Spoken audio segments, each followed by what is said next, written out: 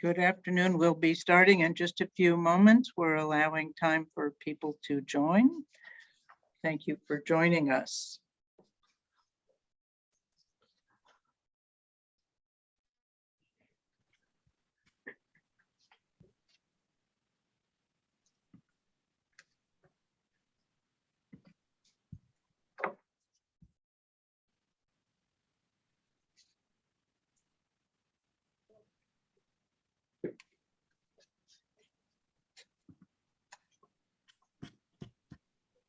We see people are still joining, so we'll just take another minute to allow people to get on the platform and enjoy this great program with our great guests.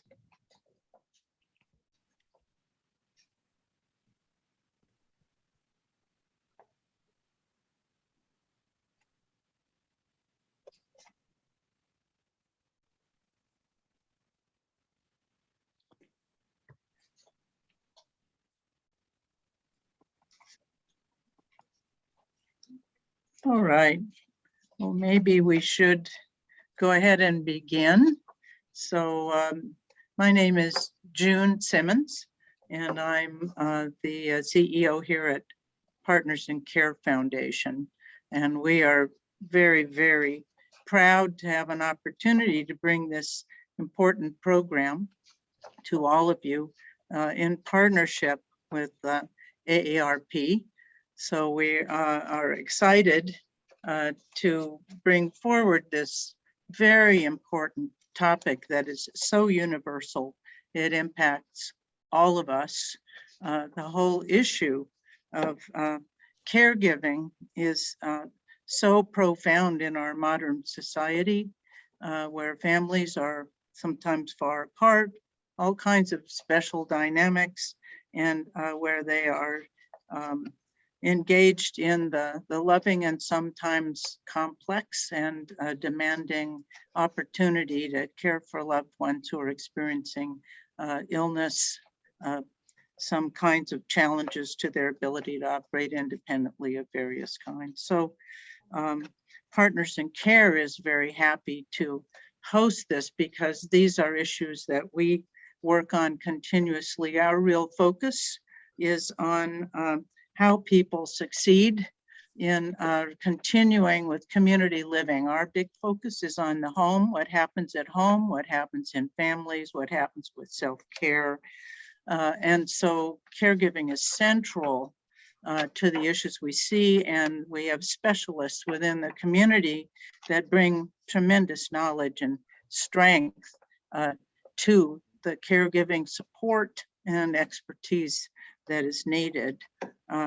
So we, as a not-for-profit that does a lot of supportive care coordination for a very wide range of populations, that's really our focus, helping people either defer, delay, or avoid or escape from nursing homes, who can find ways to live in supportive or independent housing in the community, and the complexity that brings. So this program brings to you some very special experts. Robin Golden, of course, who you will meet later, from Chicago, a very important leader and thinker in this arena. Kathy Kelly from our own state of California, who's the executive director of the Family Caregiver Alliance, and Jenya Cassidy, who directs the California Work and Family Coalition. So these are people we were thrilled to have joined together to bring important, valuable information to you.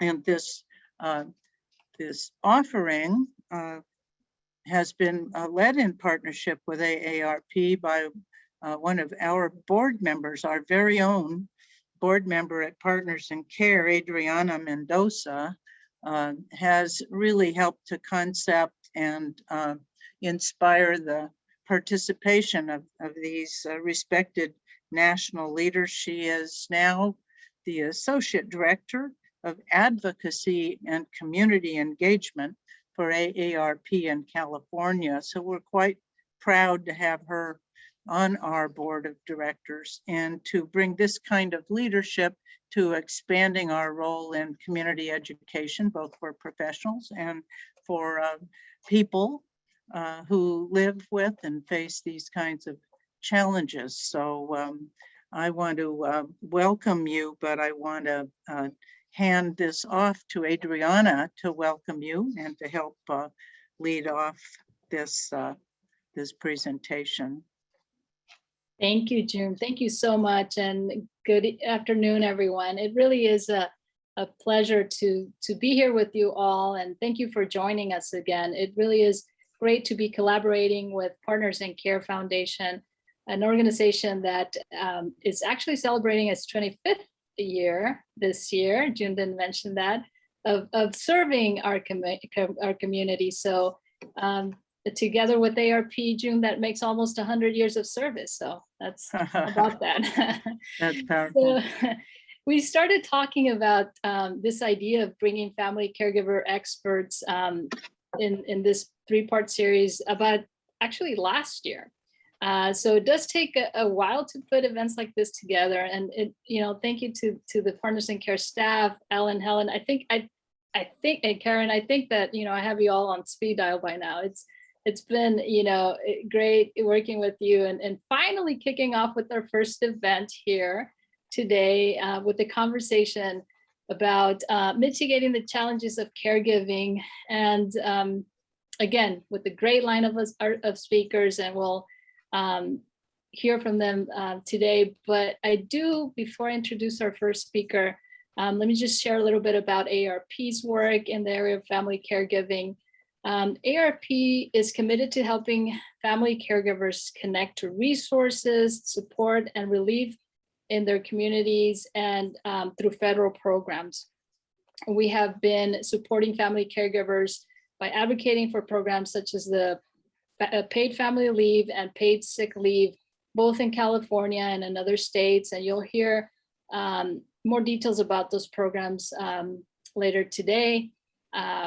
We also host caregiving sessions called Prepare to Care, which help family caregivers create their own care plans for their loved ones. And in the Los Angeles County area, we have partnered with 211 LA and with the USC Family Caregiver Support Center to launch a program called Helping the Helper, or Ayudando a quien ayuda in Spanish, which connects Latino family caregivers with local resources. So today's program is meant to be yet another resource for family caregivers. And I do want to please engage in the chat. Let us know. Yeah, I can go over the logistics if you like. Yeah, where you're coming from. And caregivers on average are spending more than $7,200 out of pocket expenses. And aligned with other burdens that they're carrying. Again, during this event, you'll hear from speakers who will provide us with tools and resources that can help you all with your caregiving journey. So again, interactive conversation. And now let me just introduce our very first speaker, Robin Golden, who I actually just met in person or via Zoom a couple of weeks ago when we were prepping for this event. But she's one of those individuals that her name and you feel like you know her. So I'm just really glad that our paths finally crossed and that she's agreed to be here with us today. Robin serves as the Associate Vice President of Social Work and Community Health and Chair of the Department of Social Work at Rush University Medical Center. She's the co-director of Rush Center for Excellence in Aging and the Center for Health and Social Care Integration. She serves as the principal investigator for Rush's Geriatric Workforce Enhancement Program and co-directs the Rush Center of Excellence for Behavioral Health Disparities in Aging. She leads Rush's Caregiving Initiative, which draws together evidence-based practices into a single framework to improve care for older adults and caregivers. And her faculty appointments are in nursing, medicine, psychiatry, and health systems management. She's got she's got over 35 years of experience in this field. We're so happy to have you. Robin, let me turn the Zoom mic to you. Thank you. June, was there anything you wanted to say, housekeeping wise? Yeah, only that we are recording this session. It's the first of a series of 3.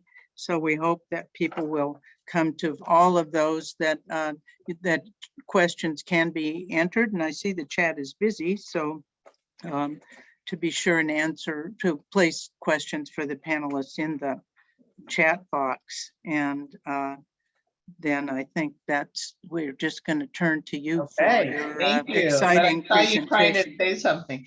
Adriana, Yes. thanks for that wonderful intro, and June and Partners in Care, as well as AARP California.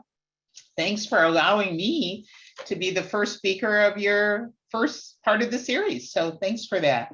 I want to start out today with a quote, and I don't know how many people have heard it before, from Rosalind Carter, but it always makes a difference when I hear it. There are only 4 kinds of people in the world, she said: those who have been caregivers, those who are currently caregivers, and those who will be caregivers, and actually those who will need a caregiver. So it kind of says it all. As we all keep hearing, our country's population of older adults is exponentially expanding. And by 2050, more than 20% of the population will be age 65 or older. That's 1 in 5 people.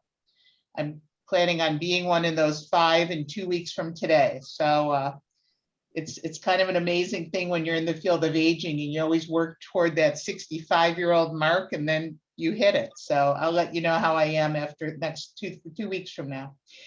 We also know that adults in our country are living much longer than ever before, with more chronic diseases well into their 90s and even 100s. And with this expansion, we have been and will continue to rely on informal or family caregivers more than ever. Adult children in the baby boomer cohort will likely spend more time caring for their parents than for their children. I always find that somewhat remarkable. In 2020, there were 18.6 billion hours of unpaid caregiver time in our country, which really equates to about providing $370 billion worth of care per year, of unpaid services in many ways per year. That's more than twice the amount spent on home care and nursing services combined in more of the formal system. That's why our family caregivers are so often called our de facto long-term care system, because we don't have a true solid one in this country, although I know California is working hard on your master plan for aging, and all of us are waiting with bated breath to see how it turns out. So this number should really give you an idea of the lack of value for this work in our current healthcare system. And it demonstrates how much of a public health and policy issue this has become. Next slide, please. This infographic is a great snapshot of highlighting the diversity of caregiver profiles, as well as some of the most common reported challenges they experience. Here you can see the growth in the years between 2015 and 2020. In just 5 years, there have been an increase of over 53 million individuals in the US providing unpaid assistance and support to an adult and typically older adult. Nearly 1 in 5 Americans provide this care, and most of them, more than half, are women. Not only are caregivers having difficulty providing care at times, there have been an increase in caregivers providing care for someone with a dementia-related disease, as that continues to increase, people with cognitive issues. Often cognitive issues are the most difficult folks to care for. Now, I'm not saying all caregivers are burdened. They're not. There are many caregivers who find caregiving very meaningful, very fulfilling. So again, we are going to focus a little more on the not so positive today, just to kind of set the tone. And we will continue this trend as people age. Caregivers are reporting that their own health has declined due to care provision. And there's some very clear evidence to that effect, and I'll mention that in a minute. Why is this increase? Well, we know older adults are living longer with advancement in medical care and treatment of chronic conditions. There is a lack of federal and state long-term care planning and staffing difficulties now more than ever within long-term care facilities. There's an increase in individuals self-identifying as caregivers, and that's a good thing. That's because of people like Kathy Kelly, who will speak next, who really has made it her mission for family caregivers to come out of the closet, if you will. And by people identifying, that's good because it can promote awareness, advocacy, community building, and meaning for individuals. And a lot of states have been shifting from more institutional care to home and community-based care, which is a good thing, but it often is more complex for the family caregiver, particularly caregivers who are working. Next slide. So this was the National Academies report. Many of us waited, were very excited by this report coming to fruition. And we learned from it that caregivers come from cross-generational and multicultural backgrounds with intersecting social identities and lived experiences.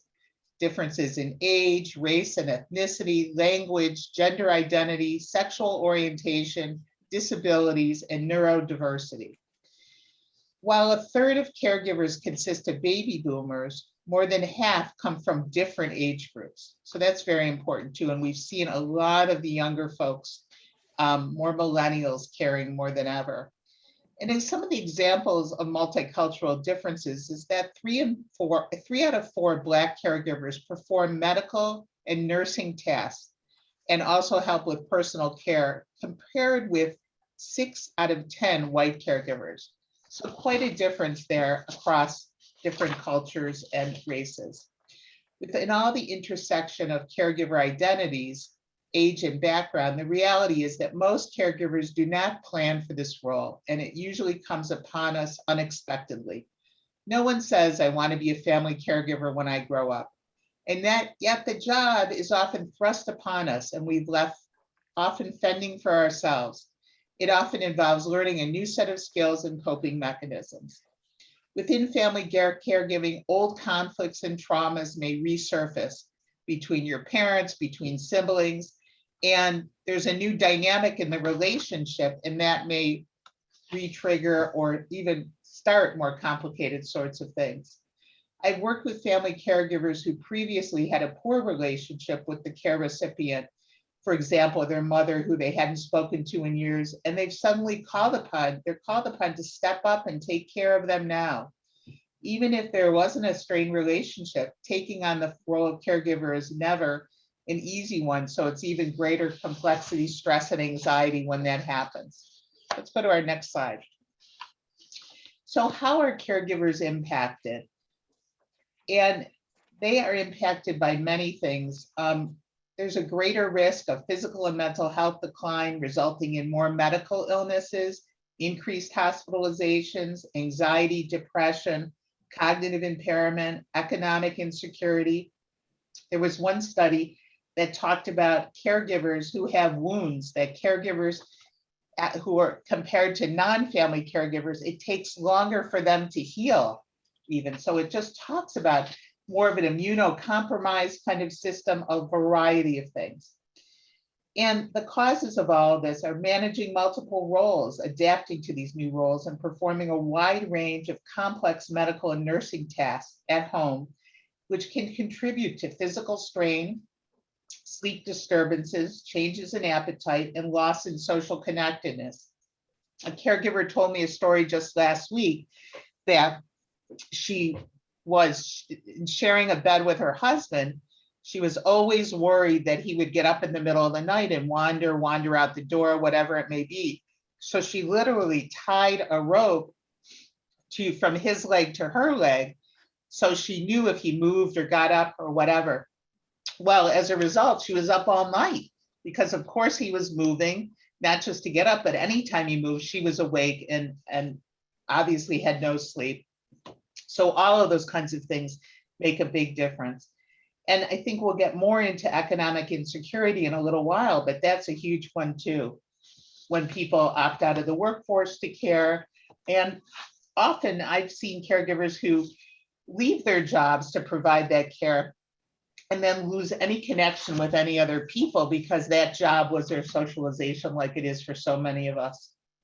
So there's also a concept that I think is a really important one that many caregivers suffer with, is that's called ambiguous loss. And it's different than ordinary loss or ordinary grief. It's when you're anticipating that someone will be changing and being less connected. And it's that ambiguity that causes so much tension for so many people. And just sitting in this zone of what will happen next really can be very confusing. It prevents any sort of resolution. It freezes grief in many ways, and it can paralyze individuals and families. It's important to note that there are many social stressors that have a significant impact on caregivers' health. Barriers to access and utilization of health and mental health care, health literacy, location. There's a big difference between living in a rural area versus an urban one, more underserved communities where there are food deserts, lack of access to public transportation. There's also the racial, gender discrimination that goes on, social and cultural stigma. There's greater guilt in some communities for considering or choosing a long-term care facility. All of that plays out. Next slide, please. So in this study, the Home Alone study, which was repeated twice, that's why I have 2 photos of it, it talked about half of all caregivers perform complex medical nursing tasks, such as administering multiple medications, changing dressings, handling medical equipment, and providing many other types of supports that were previously held by healthcare professionals, which require an in-depth understanding. You know, sometimes caregivers are sent home with the expectation of wound care or changing someone's catheter and maybe not even being told in depth how to do that. And that was even more intense during COVID because caregivers weren't even allowed anywhere near the hospital. So they would drive up, picked up the person they're caring for, their relative, their friend, and be sent home with kind of a wave from the hospital staff. And I don't mean to criticize the hospital staff, but it was even more complicated during that time to understand the task, to get comfortable with them. There's not a lot of skill building that goes on or development. When you think about a child being born, most mothers don't go home without some lesson in feeding and caring and diapering. That doesn't happen with family caregivers and with older adults, unfortunately. So we now know from this Home Alone study that, you know, people are doing family caregivers who are untrained are doing intense and complex care. They take on more and more responsibilities, and they really become the de facto, not only long-term care, but often nursing care. So I think it's incredible. It's so important to attend to this. And what's happened as a result of this, finally, is an attempt to ask more about caregivers. Nobody really asks caregivers, how are they doing? So next slide. The Caregiver Advice Record Enable Act has come into effect in most states. It's in your state as well. And the Home Alone study really sparked this passionate advocacy, and it's in about 43 states.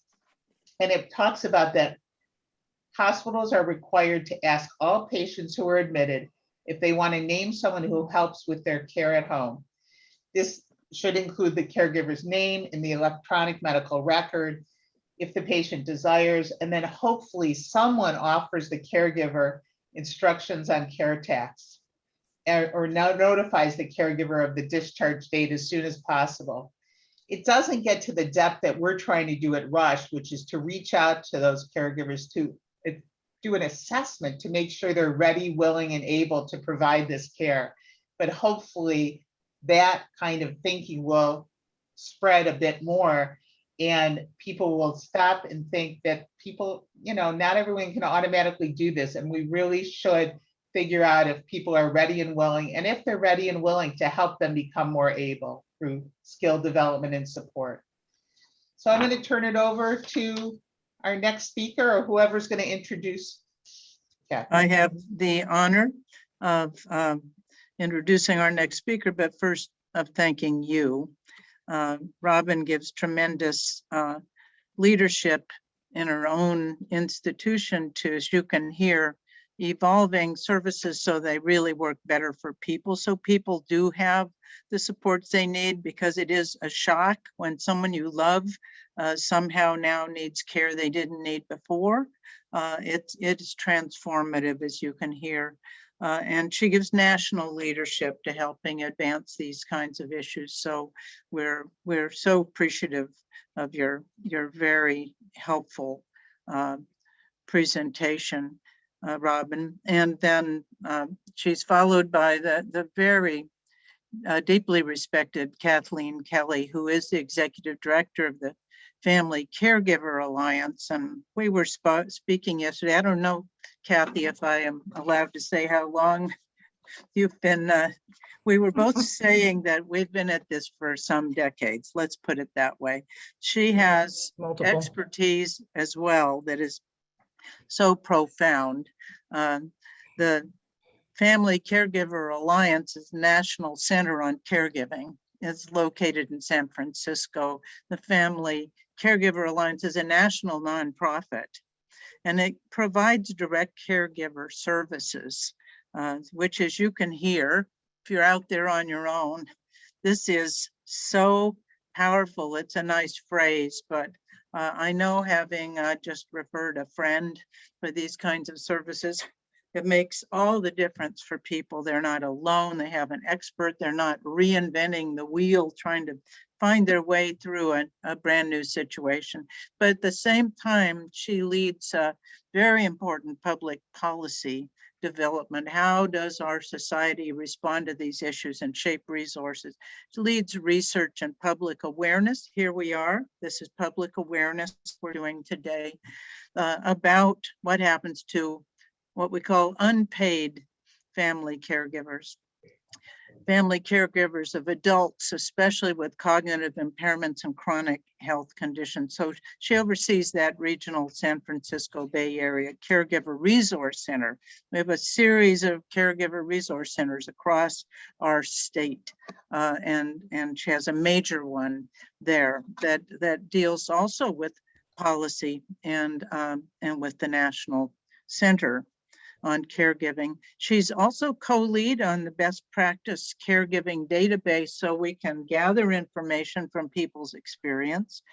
So she works as a partner with the Benjamin Rose Institute in Cleveland, the Benjamin Rose Institute on Aging, and the Gerontological Society of America. So you can see she's pretty busy, giving a lot of leadership. And then also in California, we do have a statewide system of caregiver resource centers. We have one here in Los Angeles. They're spread across, and she had really helped expand that and create a modern technological revolution, digitizing service delivery through what they have titled CareNav, which is an interactive, a secure, a cloud-based family caregiver client record and other kinds of services that really gives added support and coordination to family caregivers.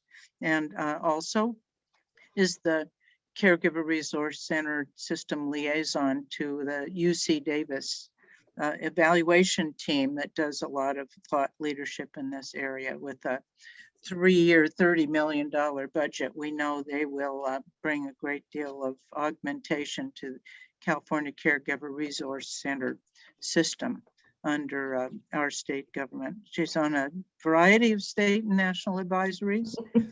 And I'm almost done. June, you're making me tired, June. Well, it's Really, a lot seriously? to be proud of, but they should know who's talking to them, because she knows what she's doing. You can hear that. So that's so she's leading the BOLD, BOLD Public Health Center of Excellence on Dementia Caregiving, and also engaging family care partners through shared access to the electronic health record.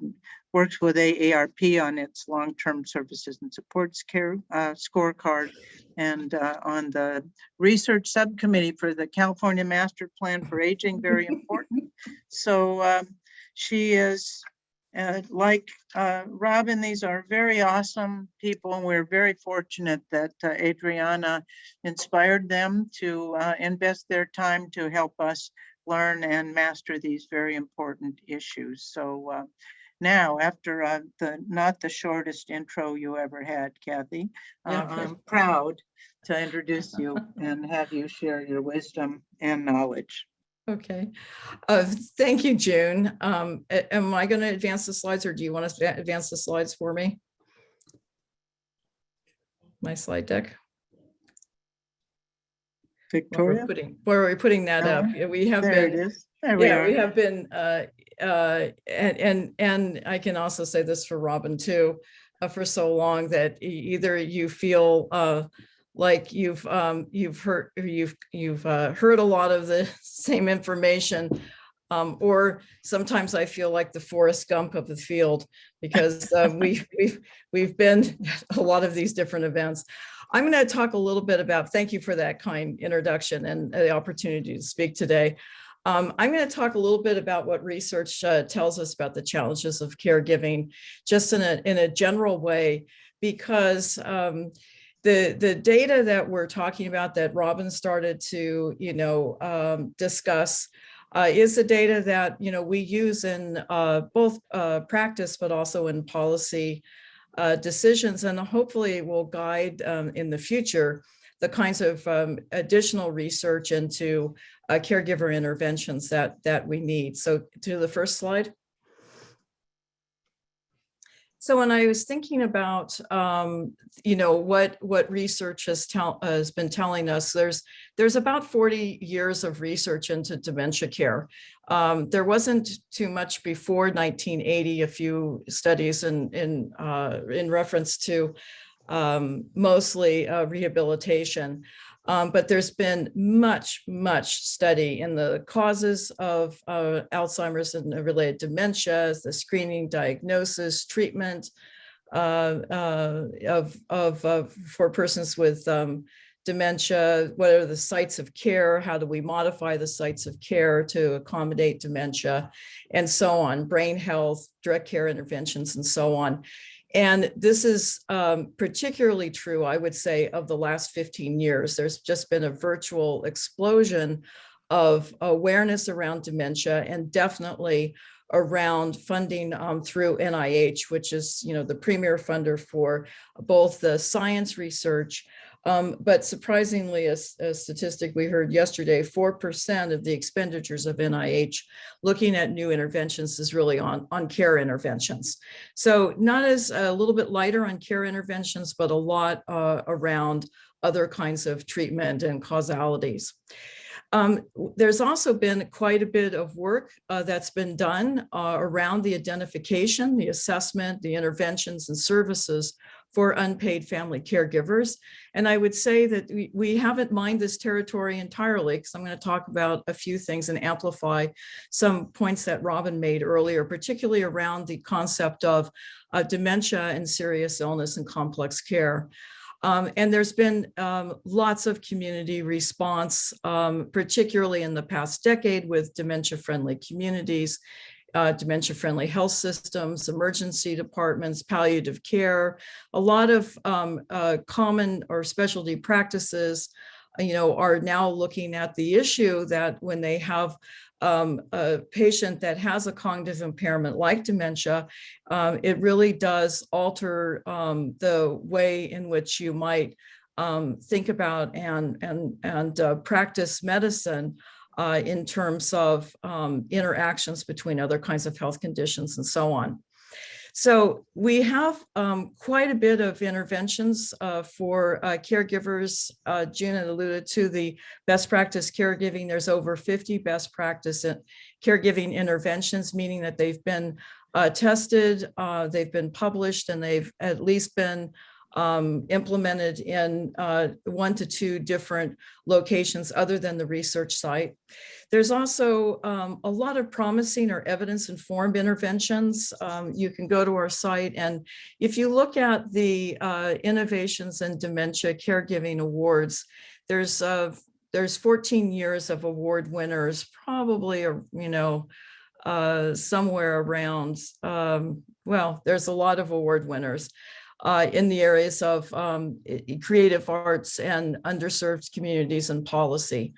So there's lots of, this is just the tip of the iceberg. There's lots of communities that are responding, and in places that you don't normally expect a response, like public libraries putting together activity books and activity boxes for persons with dementia and their families and their communities. Next slide.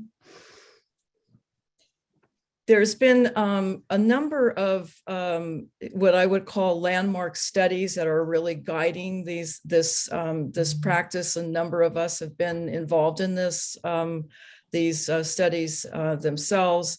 Robin alluded to the National Academies Family Caring for an Aging Society. There's been a national plan on Alzheimer's disease, the science of caregiving within the National Institute of Nursing Research, and a national research summit on care services and supports that was funded by the U.S. Department of Health and Human Services.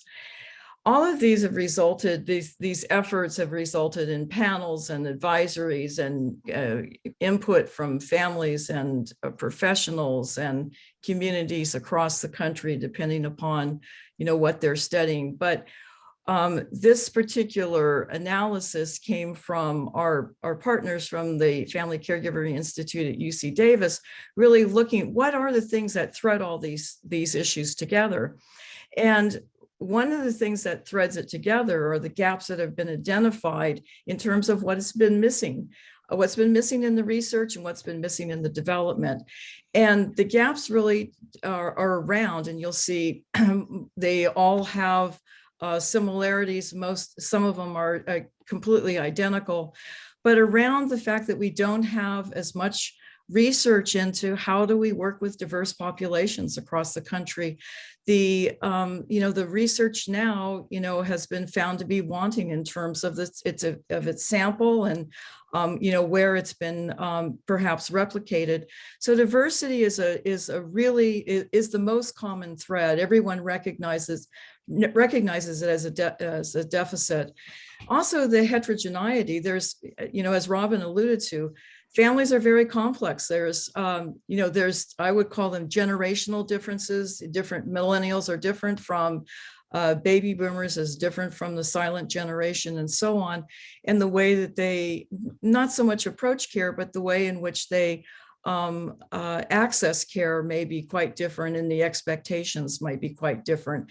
But, there's, roles are different between spousal caregivers, the adult children, or neighbors or partners. There's a variety of issues that play out, and everyone, in the field says, if you've seen one family, you've seen one family, caregiving family, and that certainly plays out. And so that's, has been identified as a gap.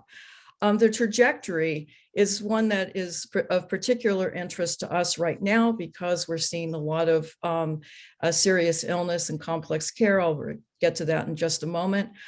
So where do these interventions, where are they best suited? Which intervention for what stage of your caregiving journey may it be most effective? That's the trajectory issue, both on the trajectory of the caregiver, but it also follows along with the trajectory of illness that we see in our population. And then, of course, the use of technology. How do we smartly employ technology? So next slide.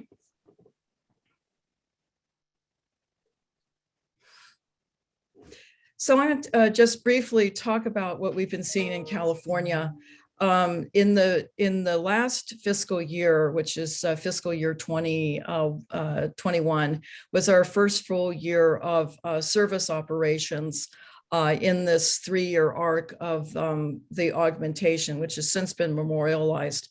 But it was really to establish putting in a client-facing interactive, secure client record, and to deploy different technologies that would enable us to scale some of our services effectively to families.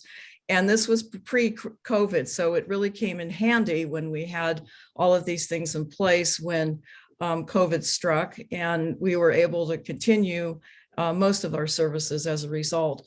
But last year was the first year that we had a full sample. We served over 16,000 caregivers.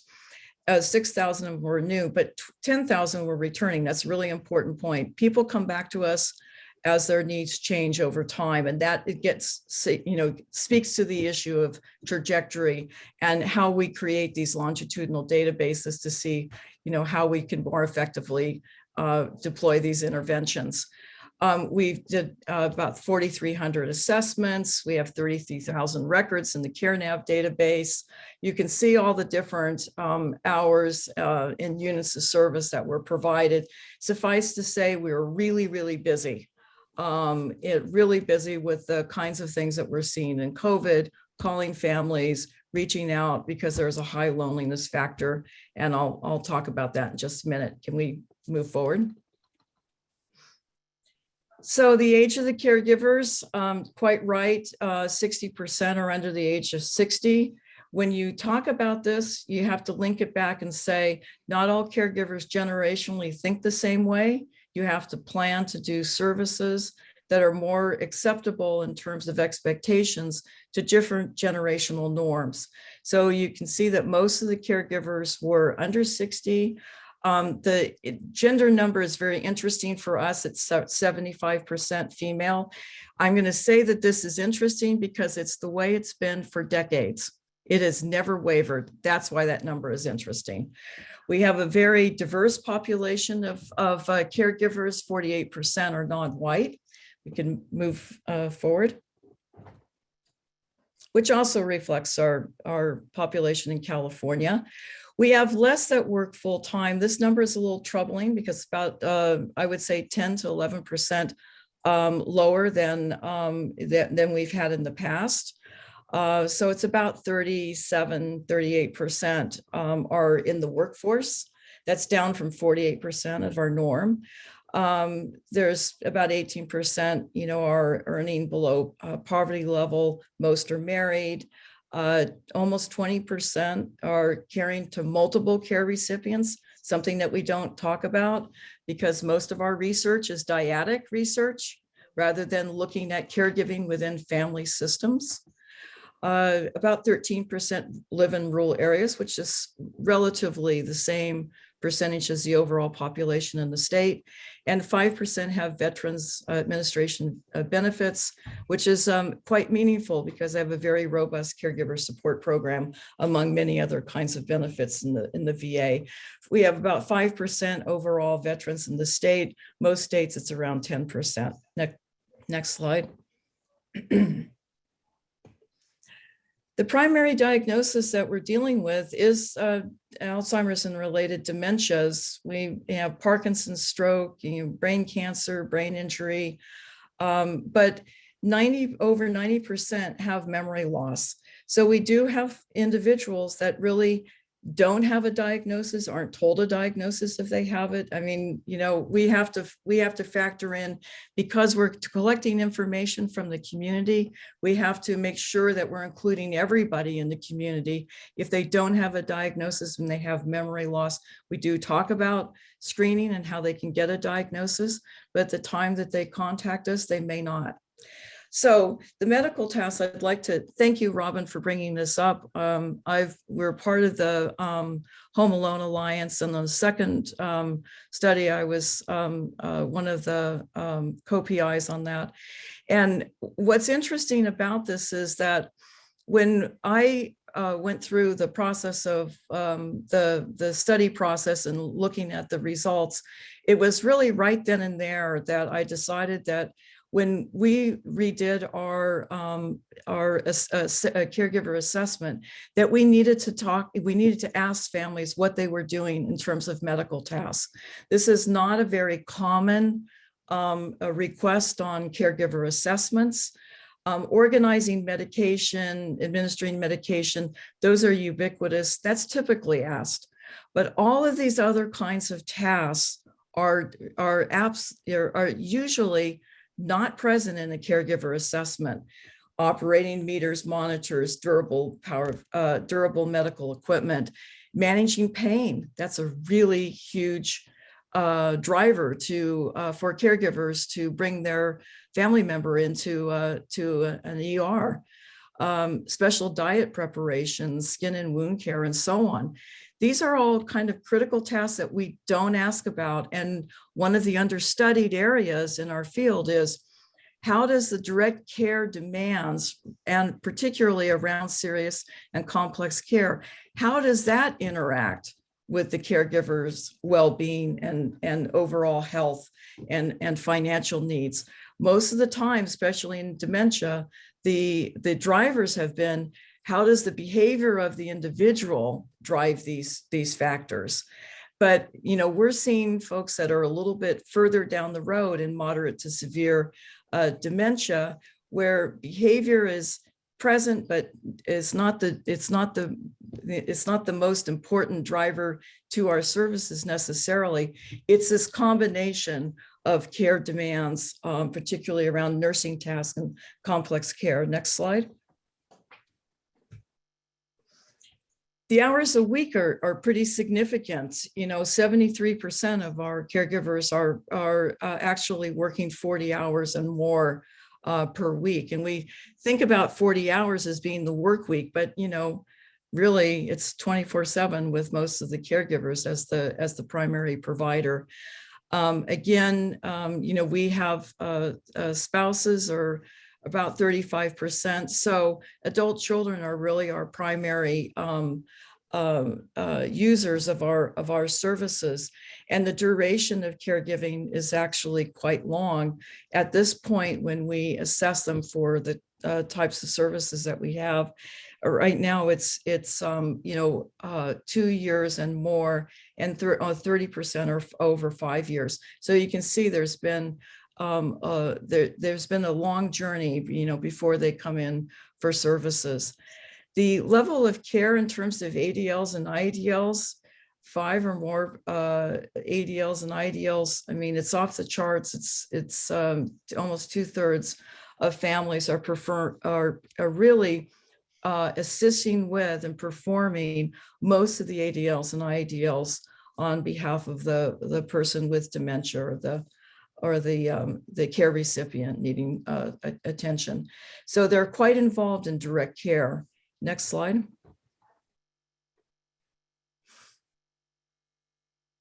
In terms of caregiver health, we have, about 1/3 reporting fair or poor health, 35% saying their current health is worse than it was 6 months ago. Moderate to severe depressive symptoms. We use the PHQ-9, 35% with loneliness, 60% with high strain. 57% are satisfied with support from family and friends, and 60% are satisfied with spiritual support. But there are differences in race and ethnicity, and this is where we're going to be doing a little bit deeper dive. There's lower self-rated health by Latino, Native American, and Asian Pacific Islander caregivers, and higher depressive symptoms and strain among Asian populations. These are two factors that actually come out in other research data as well. And we are operating, particularly those of us along the coast, particularly in the Bay Area and the Los Angeles area, with high degrees of Asian populations. So we're particularly interested in looking at what we can do that's more effective and titrated to the cultural norms for the Asian community. Black non-Hispanic caregivers are the least satisfied with social support, but they're very satisfied with spiritual support. And I'm glad that we are asking this question now, because caregivers get their support through a variety of different individuals and organizations. And certainly, the spiritual support in the church in general is very important and plays both a spiritual, a cultural, and political role in the African-American community. So we, know that those organizations can be great partners, and we can provide information and support to their memberships. Next slide, excuse me. I put this slide in because I think what I've often done when I'm sitting in the back room listening to survey research, I'm wondering why we're so different in terms of who we see. And so we decided to look at state and national survey research, not because there is anything wrong with the research, or it's, we're calling it out in some way. It's not that at all. It's because when we look at survey research and then we look at in the field research, they can look very different. And when we look at who's talking, what are the talking points when we get into the political arena, when we have the talking points around these issues of describing the population purely on survey research, they missed the mark in some ways. And so we went through and we looked at our state CHIS, the California Health Information Survey, which is quite robust. It's one of the largest telephone surveys in the country. That's out of the UCLA Health Policy Center. So there's 3,000 in terms of, who they talk to, and they actually have a caregiver module. This is information that comes from the caregiver module of the CHIS data writ large. And then, of course, the caregiving in the US sample that is taken from a panel of a little over 1,600, and that's the National Alliance for Caregiving, and AARP reference point. When we look at this and we started to compare it, we can see that, yes, our age groupings are really quite similar. We tend to have a few more women than they're in the sample. We also have oversampled in some areas for ethnicity. So where we could compare, we did. We are lower on employment than other samples might be, and a little bit higher on percent married or partnered. Next slide.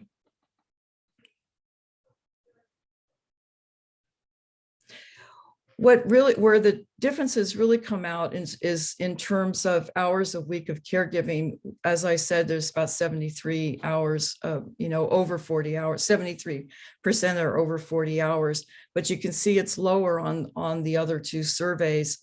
And the relationship to care recipient, you'll start to see some finer nuances that we definitely have family relationships that are primary spouse, partner, adult children, and higher on other relative and non-relative when we look at the other kinds of data. We have a higher percentage of diagnosis. So this may speak to many of the differences in our population sample than is driving the two other surveys, to be sure. And CHIS did recently do an update where they had a 20% oversampling in dementia. So they might be slightly different, but it wasn't available at the time of this report. In terms of intensity level, this is where you see really big differences, where there's 90% of our population is in a high care intensity situation.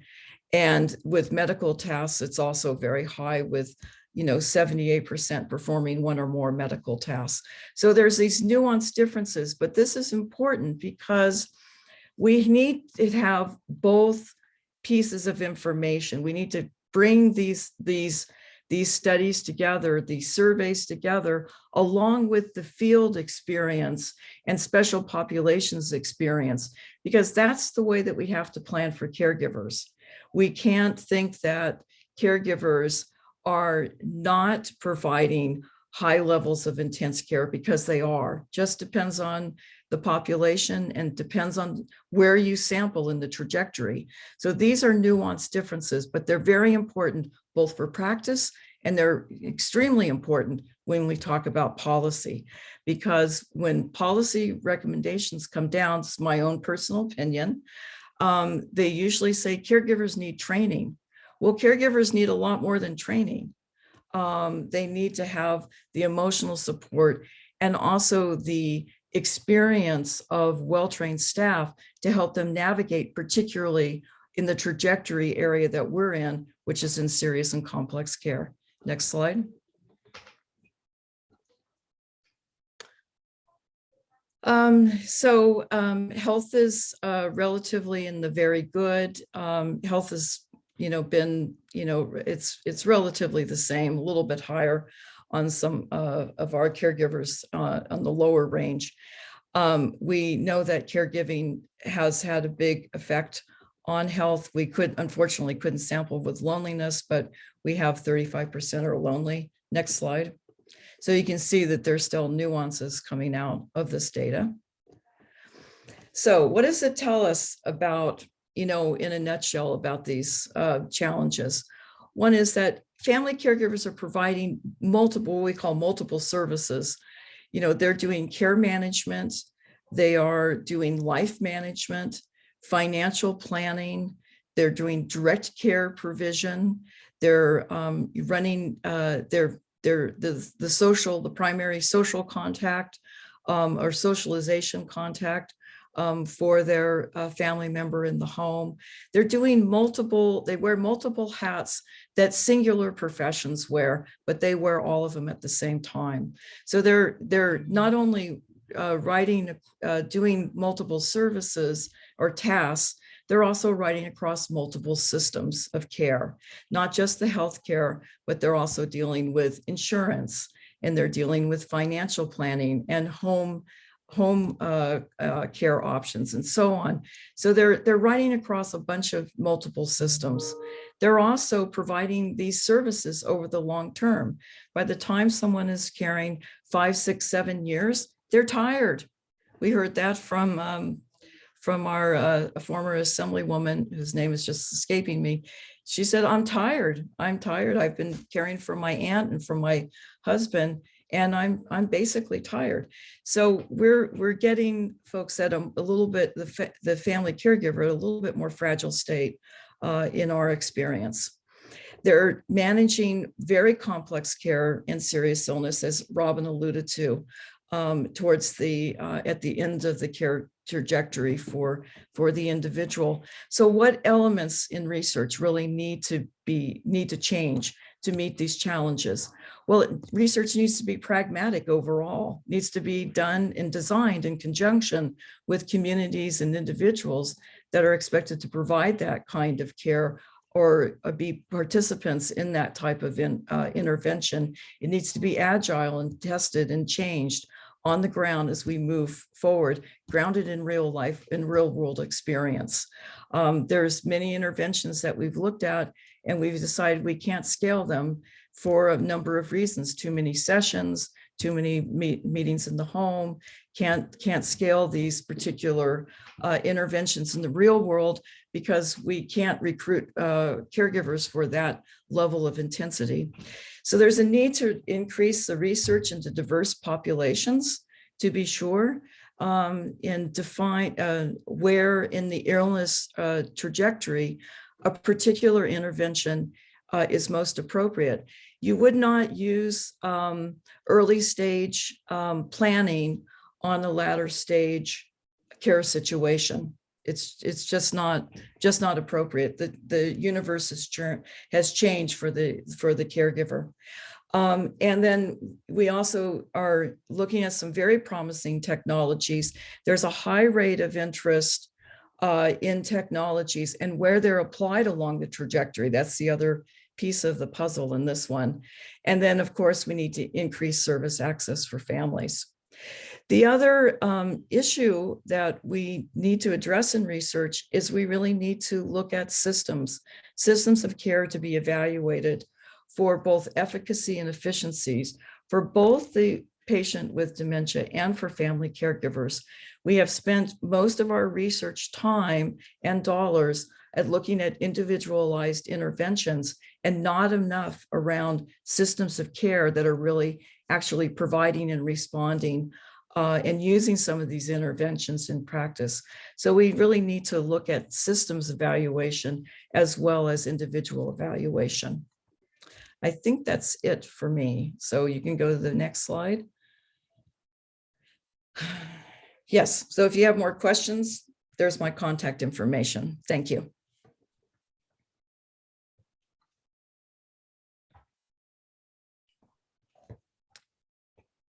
Great. Thank you, Kathy. Thank you so much for that great information. And now for our final speaker. I also just met her for the first time, but she has been collaborating with ARP on several efforts, and my colleagues have collaborated with her, and they spoke very highly of her, how great she is. So we're glad to have brought her here for this program today. Genia Cassidy, there you are. So Genia is the director of California Work and Family Coalition, a statewide alliance of unions, nonprofits, healthcare agencies, parents, and caregivers organizing to win family-friendly workplaces and to expand the social safety net in California. The California Work and Family Coalition is a proud member of the National Family Values at Work Network, which supports state and national campaigns to win paid leave for all. Genia works with the California Work and Family Coalition as an organizer in the 2002 coalition-led campaign to win California's paid family leave law, the first in the nation. Deserves an applause. Since then, she has been working with the coalition members to lead legislative and education campaigns to extend family leave rights to all California workers and their families. And prior to her work at the coalition, Genia served as the statewide policy director for the then California-based labor project for working families. Genia, there you are. There's your deck. Thank you so much for joining us. Over to you. Thank you, Adriana, and thank you to Partners in Care and also ARP for putting this program on. So I'm going to be talking a little bit about some of the laws and benefits that can support family caregivers, working family caregivers, but also, does provide some support for all caregivers and caregiving families. So let me see if I'm having some trouble going to the next slide. Okay, this is our staff. I won't go up into everybody's role, but just we have a really great team that puts together a lot of trainings. The California Work and Family Coalition does kind of three main areas of work. One is building a really diverse coalition so that we're bringing a lot of voices and different communities to the table when we work on policy change, and also policy change itself. But then we do a lot of just education and outreach on the different laws that we have and what we're working for. And today I'm going to pretty briefly go over some of the basics of California's paid family leave laws and a little bit of kind of what still needs to change and what we're still working on. And then if there are questions that come up, I think I'm going to rely on either June or Adriana to yell them out to me, because I like it to be interactive if possible. And I know we don't have we want to get to the end so that Adriana can share some resources, but I don't mind asking questions on the way, answering. But I am going to try to be brief. And also, if people want to learn more, we do have some longer trainings on our website, and I'll show those resources at the end. And then we also do trainings throughout the year. But in California, we're pretty lucky, lucky, but it also took a lot of work to have a couple of policies that not every state has, and that is paid family leave and disability insurance. And they're kind of, think of them as two halves of a coin. we've had disability insurance for a really long time, and that basically provides some wage replacement when you have a disability and you need to take time off work, up to a year. They're both wage replacement programs. And paid family leave, of course, is different because it's for when you are caring for a family member, or for your own, or for bonding with a new child. And I won't talk as much about the bonding, but it's just good to know because there's such low awareness still of our laws that any place we can spread that information, you all have family members and neighbors and colleagues that need it. So that's what I like to do. So here are the different reasons that you would take either disability insurance or paid family leave.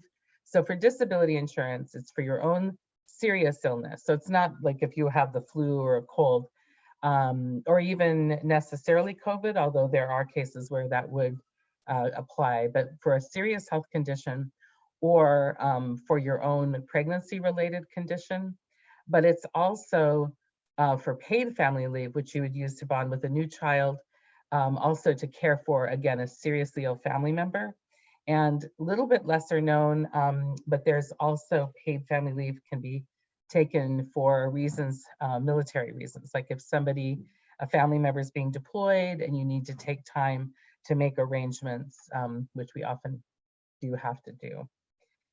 So just the eligibility requirements for paid family leave and state disability are actually fairly simple, and it's a really good program in that way, in that you basically would have had to pay into state disability insurance and then have a qualifying event, meaning I pay into state disability insurance, now I need to take time off to care for myself or to care for somebody else.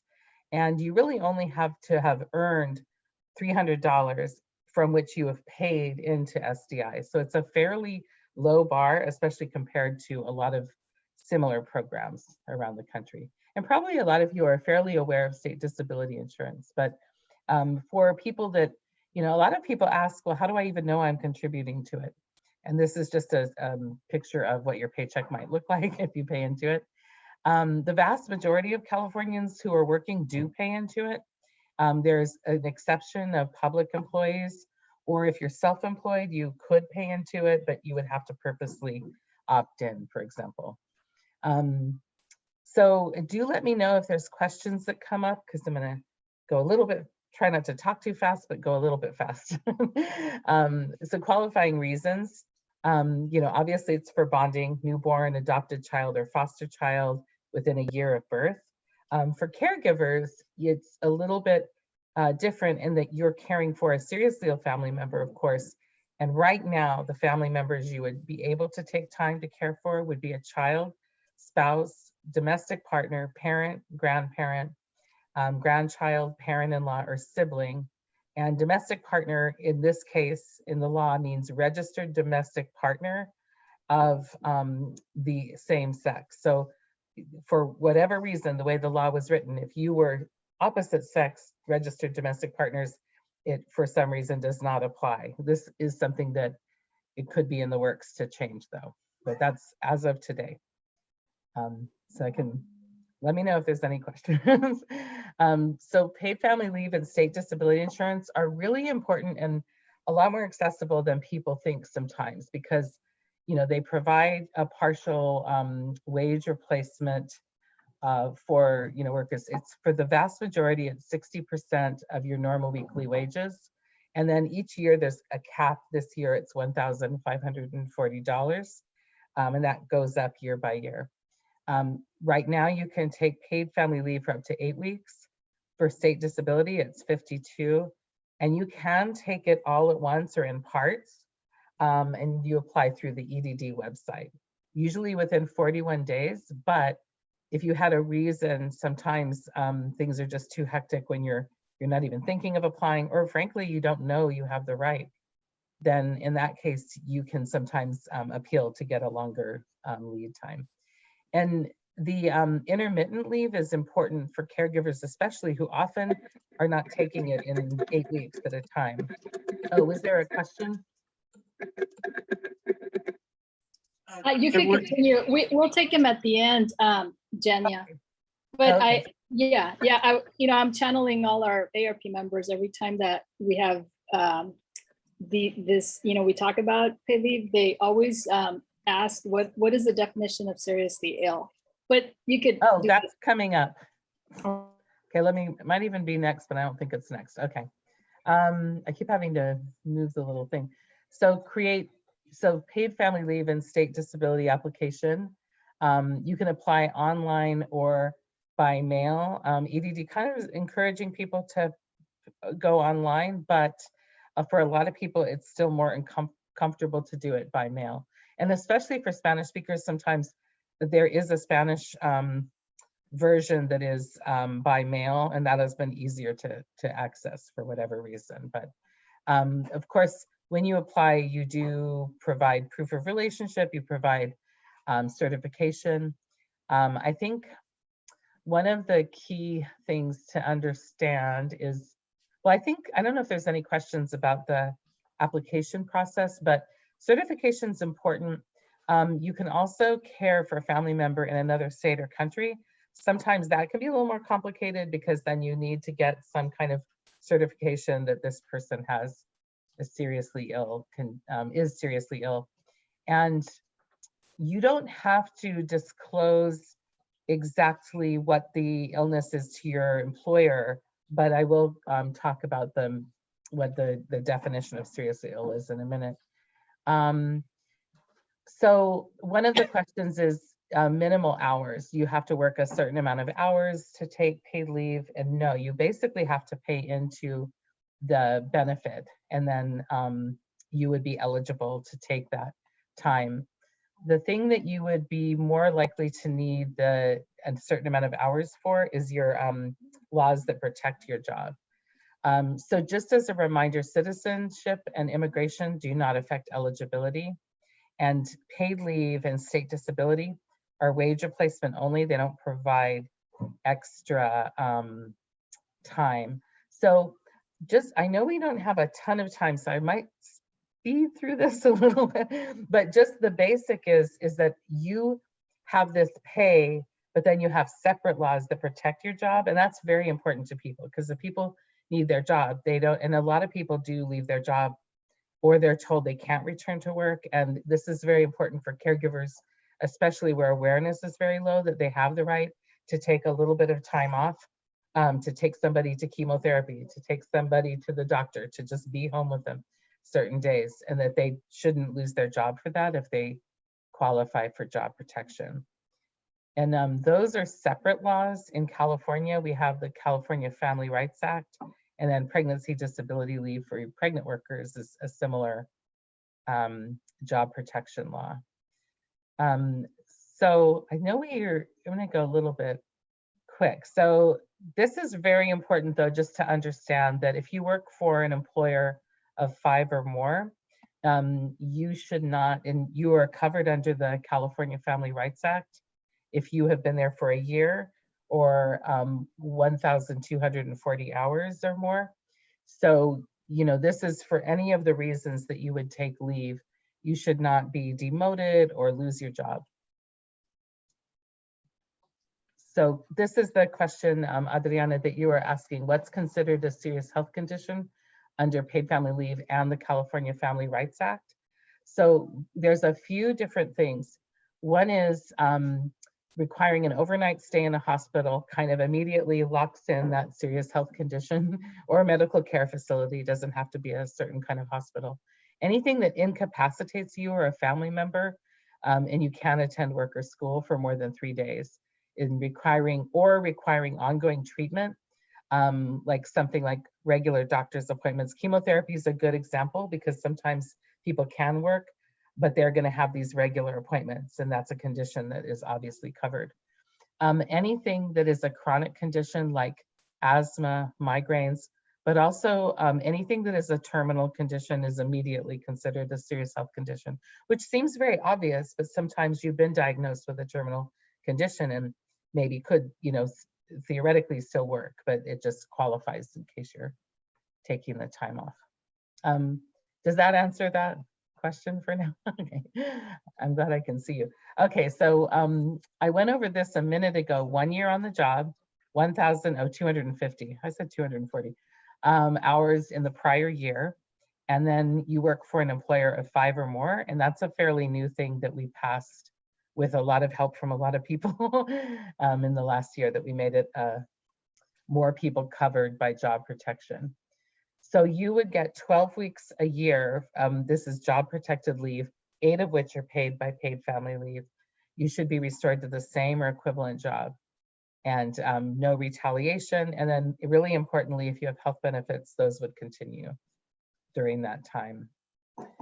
So let me see. So time check, Adriana. Counting on you. I think you're good for Okay. maybe 2 more minutes. Okay, I'll rip through these. All right. And if there's more questions, I can come back to another one. All right, Perfect. so definitely talk to your doctor or medical provider, talk to your employer. Now for your employer, these are your rights. Your employer isn't necessarily giving you these rights. You don't ask them, but it's always good to just let them know as soon as you can that you're going to take time off, of course. Talk to the employment development department when you're applying and document your communication. And for an employer, you do not have to tell them every detail of the condition of your loved one or your own condition. You can say you have a serious health condition, and that is like kind of a trigger word that lets them know you have these rights that are very important. Because there are a lot of protections around privacy in California, and I think that's important. This is a resource that I can share with Adriana to share out with any of the groups. It's in multiple languages, and it's very nicely written for very simple information on paid leave. And it was by us, ACLU, SoCal, and Rock LA. So 3 different groups worked together on this. Remember, if you don't qualify for job protection, you can still use paid leave and state disability, and you can talk to your employer about holding your job. It doesn't mean they have to, but it doesn't mean they can't either. So we're always encouraging. I think I might skip paid sick days because of the lack of time, but if people are interested, I can share these slides with Adriana or June or anybody else just to share out, because they've been more important than ever and are much more accessible than paid leave in an immediate way when you need them. But I'm going to go, this is going to be a little bit of a whiplash moment where I rip through these. But see how we have these great rights. We did have a big victory this year because we were able to extend COVID paid sick days, the only state in the country that did that. And it was really because of our advocates, which I think is so important. So see, we had a victory this year. Okay, I'm going to share these slides because I do want to give, I know there's a need for some time at the end, and I think they will be helpful. There's also a slide on unemployment insurance, which can be very important when a caregiver leaves their job. Very quickly, some of the things that, these are just some things that we have just to show how important advocacy is. This year, 2 things I'll point out in our legislative platform. Bereavement leave, which is a right that Californians don't have that we're working for, very important right now. And then also raising the wage replacement for paid leave, because a lot of low wage workers are left out, because 60%, if you were making minimum wage or even a higher wage than that in California, 60% might not be enough to pay your rent. So we really do want to raise that. And that'll be, so this is how we're winning. Very important to talk to your representatives, even virtually. We did that today. We had a great lobby day earlier. And then this talks just a little bit about the assembly members. Just important to tell them why you care about the bill that you're advocating for, if you do advocate. And when I send out these slides, you can sign up for our newsletter if you want to know more. Questions? I don't know if we have time for questions, but Adriana, let me know. We will, and we will share the deck. Yeah. With folks and participants. So yeah. Okay, so I'm going to go to the end. The last thing just has resources, just to get more information. Okay, I'm going to stop sharing. Okay. Your website, absolutely, we'll share that. Thank you. Man, I always learn so much from you all. It's amazing. So thank you, Jenya, for that great info. So this is the part where we share additional resources. So let me just share our very own ARP's Caregiving Resource Center. Please visit www.arp.org/caregiving, and you will find just a lot of information in our resource center. So please visit that. And before we take the audience questions, we do have a couple of community partners that will share some of their information here. We have local resources. So Sarah, you're on. We might not be able to see you, but we are. Great. Thank you so much for having me speak, and thank you to AARP, Partners in Care, and all of our panelists for putting this on. This is a very valuable gathering of resources and ideas, so thank you for making this possible. I'm happy to share a little bit about Alzheimer's Los Angeles, which is where I work as an outreach and education specialist. Alzheimer's Los Angeles is a local nonprofit organization that has been providing free care, education, and support to families who are impacted by Alzheimer's disease and by other forms of dementia for over 40 years now. And we do that in a variety of ways. The first is that we host educational presentations, classes, and workshops, both online and at partnering sites throughout LA County. And these cover brain health, how to keep your brain as healthy as possible for as long as possible, Alzheimer's awareness, and also caregiving strategies. So we have classes on how to effectively communicate with a PWD, how to handle challenging behaviors as they arise, and how to modify your home to make it safer for a person with dementia to live in. We also host support groups for family caregivers to come together and share about the trials and triumphs of caregiving, because as we've discussed today, it is a big responsibility. So we host support groups. We also host activity programs for people with dementia to take part in that involve art, they involve music and exercise. We have one program called Baseballs, where we have people with dementia and their families joining together every month and talking about memories that surround baseball, playing baseball, going to baseball. So there's really something for everybody in our activity programs. And then the last thing that I would like to mention is that we also work with a team of licensed social workers, who we call our care counselors. They're all lovely, and they work one-on-one with families who are being impacted by dementia, who might have received a diagnosis recently, to help come up with long-term care plans, to gather resources, and also just to be a willing ear to listen, because a caregiving journey is hard and can be long. So they're there to offer that emotional support. So I will go ahead and share our website URL. I will also share our toll-free helpline number in the chat. If you have any questions relating to any of the services that I've mentioned, or Alzheimer's disease and brain health in general, please feel free to call that helpline number. It's available 9 a.m. to 4 p.m. on weekdays. If we receive your call outside of those hours, we will definitely call you back with answers to your questions. So I'll put all of that in the chat, and thank you so much for letting me share a little bit about Alzheimer's Los Angeles. Thank you, Sarah, for coming. And then we have Erica Brown from the City Department of Aging. Yes, Erica? I am here. I am here. Can you guys hear me, see me? We can hear you. You can't see me? No. It's okay. You can hear my lovely voice. Yes. Yes. So thank you for having me here. It's so good to see some familiar faces and to hear about new resources that we can add to our toolbox. So a little bit about the Department of Aging. We are a adult aging services. So we have most of our programs and services are housed in our wonderful senior centers. We have 19 that are spread across LA City. From as south is Wilmington, from as north is Northridge, and everywhere in between. So my role at the Department of Aging, I'm a social worker too. So I oversee our case management program. I go out into the field and do wonderful presentations. We have our Agent Mastery program that I help facilitate with the wonderful Laura Trejo. And that's the majority of what I do.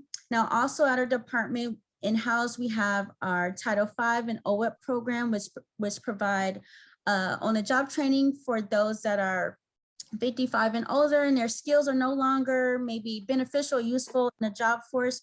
So they enroll in our program and they learn new skills. So, And as far as caregivers, we work closely with them. We have our online submission. So if a caregiver needs a resource, has a question, they can submit online.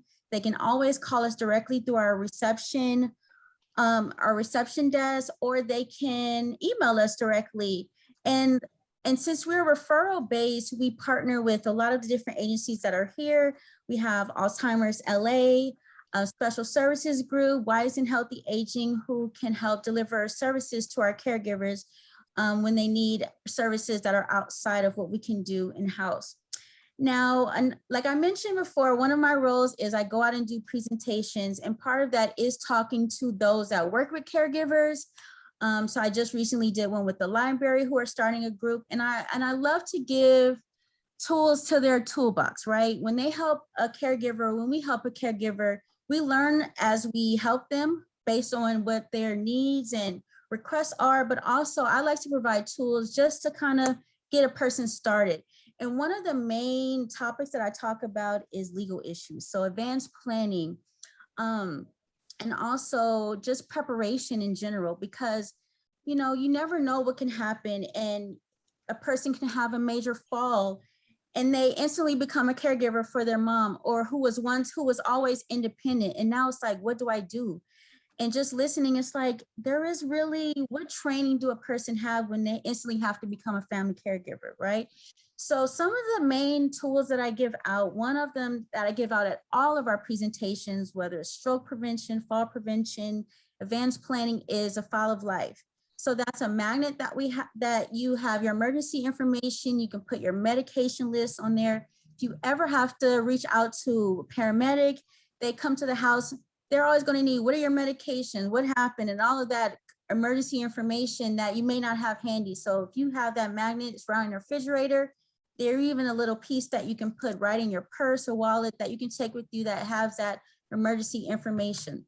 So another wonderful handout that I always give out to, especially with family caregiver groups, is called 5 Wishes.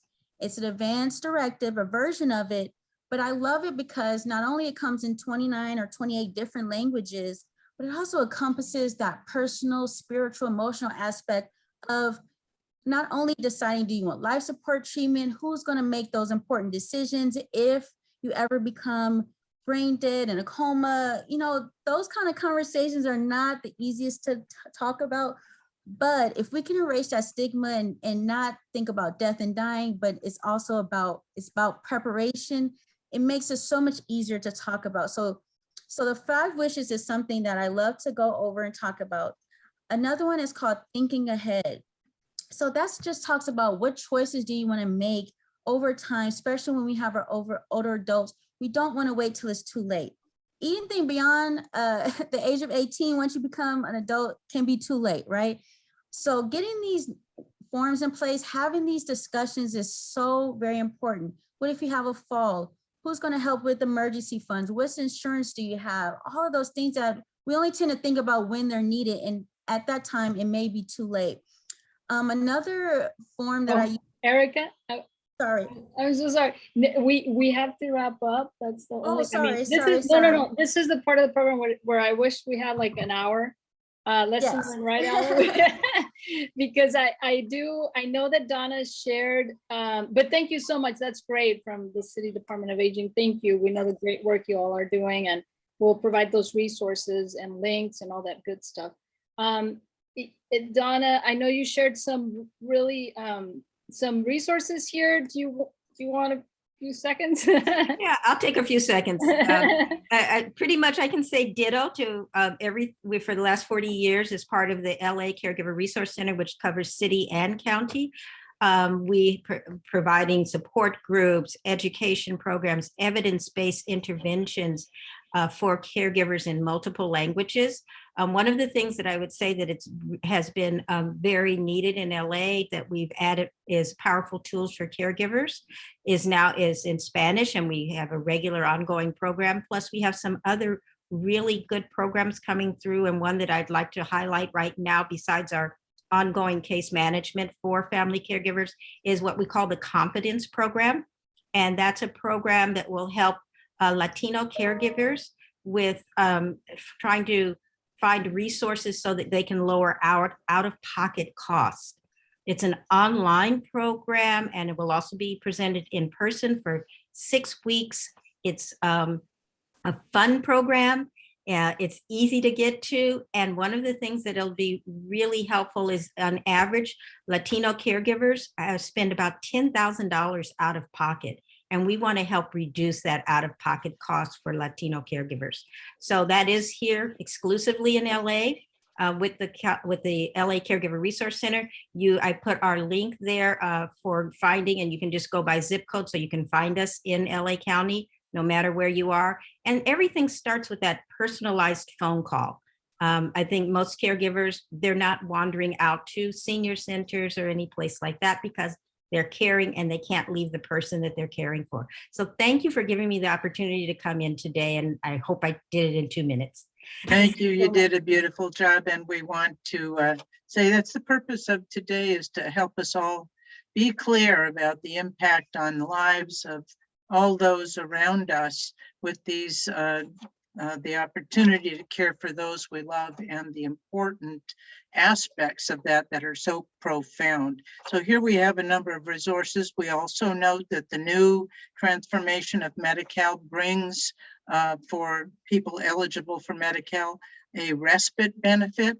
There are a range of changes occurring, and so calling these experts, Kathy's center, Donna's center, your senior centers, very important. And then please, if you like, join us at our next session in this 3-part series. You see how helpful these brilliant presenters are in educating all of us and giving access to these very, very important and needed services from the Caregiver Resource Centers, the senior centers, and others. So on June 2nd, from 3 to 4:30 p.m. Adriana and I will have the honor of welcoming you, and please send others to come for this, for a special session on caregiving for special populations. So please go to our Partners in Care website to register. And thank you so much for being with us. Each of you are honored speakers. Each of you are honored presenters of your services, and each of you who took the time to share with us. Take care, be safe, be well, and we hope to see you on June 2nd. Thank you, Adriana. Thank you all.